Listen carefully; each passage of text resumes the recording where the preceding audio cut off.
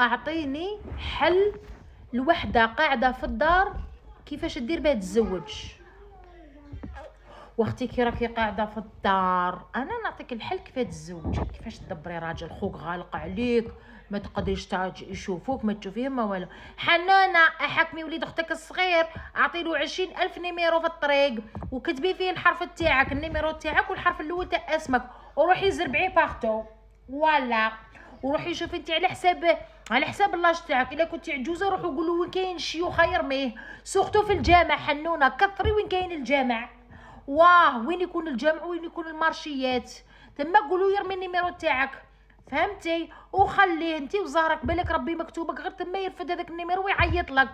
واه الا ما عندكش لي ريزو سوسيو باه تتزوجي اختي هذا هو الحل. ولا عندك لي ريزو سوسيو اختي ما تحشمي ما تتخزي، يعجبك واحد في الريزو ابحثي له قولي له كوكو بونجور وبداي تقصري معاه. بصح حنونه ماشي كي تشوفي رجال قدامك في التيك توك يغلو انت في عمرك 40 سنه تروحي تحوسي على واحد في عمره 30 سنه. نو مادام، لا انت في عمرك 40 سنه ديجا كاين هذيك الحصه هذاك المغربي اللي راهو يزوج فيهم، ادخلي ليهم ديري الاعلان تاعك قولي حابه نتزوج، بالك غير تما كيجي مكتوبك.